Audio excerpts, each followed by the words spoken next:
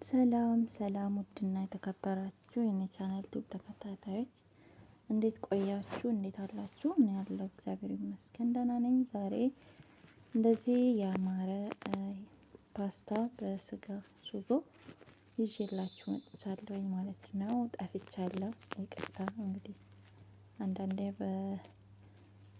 ባልተመቻቸ ጊዜ ላይ ስንኖር ጠፋ ማለት ግድ ነው እንግዲህ እና ያው ተመልሼ መጥቻለሁ። እንደዚህ የሚያምር የስጋ ሱጎ ፓስታ እንዴት እንደሰራሁኝ አብረን እናያለን። እዚህ ጋር አንድ ራስ ቀይ ሽንኩርት ከትፌ በደንብ አድርጌ አበስለዋለሁኝ። እዚህ ጋር ሽንኩርቱን በነጭ ሽንኩርት አድርጌበት ነው አብሬ እያበሰልኩ ያለሁት።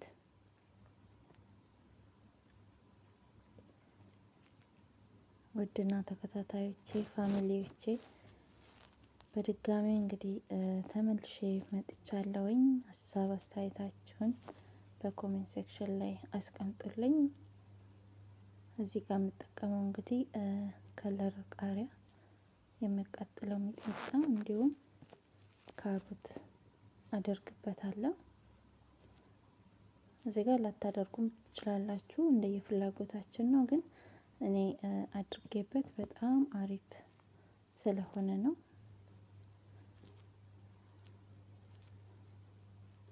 የተፈጨ ስጋ ነው የምጠቀመው። ስለዚህ ነጭ ሽንኩርት በደንብ ማድረግ ይኖርብናል።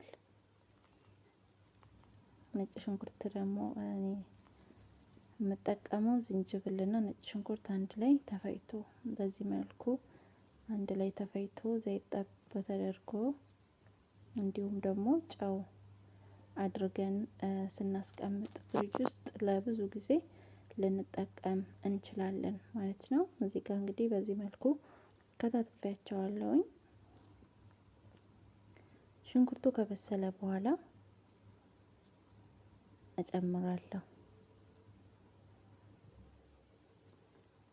እዚህ ጋር ቅመማ ቅመም አላበዛም፣ ትንሽዬ ቅመም ነው የምጠቀመው። ለማጣፈጫ ያህል ብቻ ነው። እዚህ ጋር ፓፕሪካ፣ እርድ፣ ብላክ ፔፐር፣ ቆንዶ በርበሬ ማለት ነው አድርጌ በደንብ አድርጌ አዋህደዋለሁ።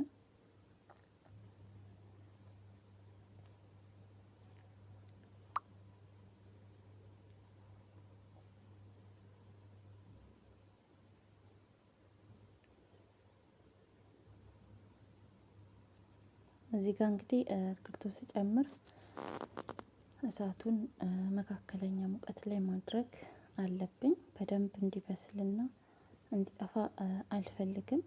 ከለሩን ይዞ እንዲበስል ስለፈለኩኝ ከድኜው በእንፋሎት አበስለዋለሁኝ። የምጠቀመው ስጋ የተፈጨ ስጋ ነው። እንዲሁም ደግሞ ቤት ውስጥ በእጃችን ቀይ ስጋ ከትፈን ማዘጋጀት መጠቀም እንችላለን። እዚህ ጋር የቺዚ ፓውደር እና ጥማት ሰልሳ ወይም ደግሞ ፓስታው አንድ ፓስታ ነው የምጠቀመው። እንዲሁም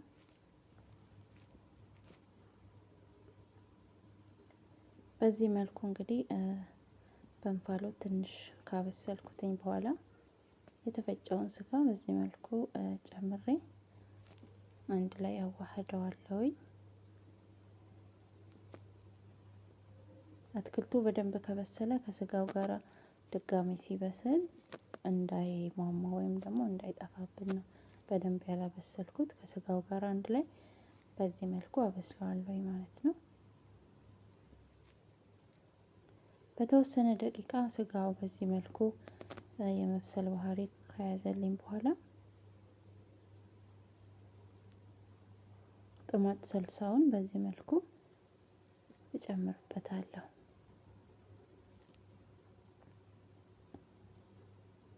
በጣም አሪፍ ነው፣ ሞክሩት። እሳቱን በደንብ አድርጌ ነው የቀነስኩት። በደንብ ካዋሃድኩኝ በኋላ ጨው ባጂ ወይም ደግሞ ክኖር አድርጌ አጣፍጠዋለሁ።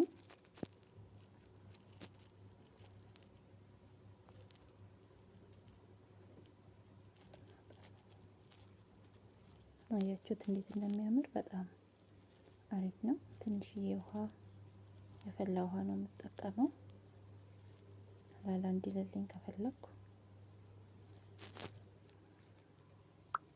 እዚህ ጋር ፓስታ ነው የምቀቅለው። እኔ የተጠቀምኩት አንድ ሙሉ ፓስታ ነው።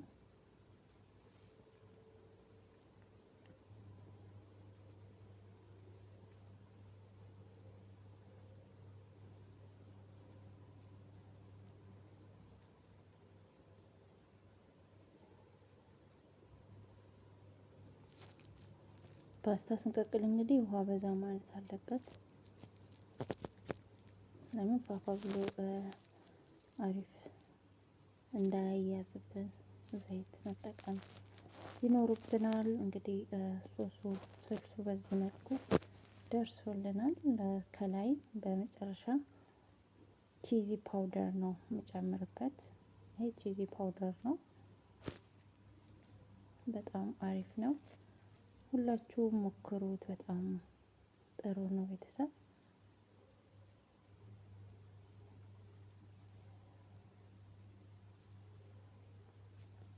ፓስታውም እየደረሰልኝ ነው። ይሄኛውን አድርሻዋለሁኝ። ከላይ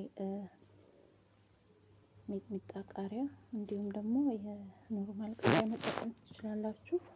በዚህ መልኩ ደርሶልኛል። በጣም አሪፍ በጣም የሚያምር ነው።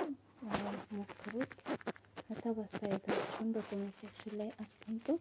ስለተከታተላችሁኝ በጣም ከልብ አመሰግናለሁ። በድጋሚ በሌላ ስራ እስከምንገናኝ ድረስ መልካም ጊዜ ይሁንላችሁ።